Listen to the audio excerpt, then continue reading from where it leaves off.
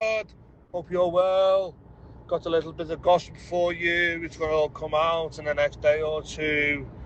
Joey Barton has absolutely weighed Aladdin on the golf course. Yes, you heard that right. Joey Barton, the absolute lunatic, who I get on really well with, has battered somebody in the golf course. They've been playing golf all day.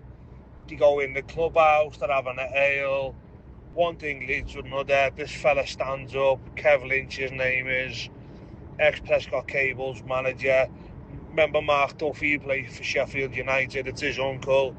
He said, "What are you saying, you little cunt? Get outside." So as Joey's gone to go outside, he's pulled the bat out and tried to belt Joey with it.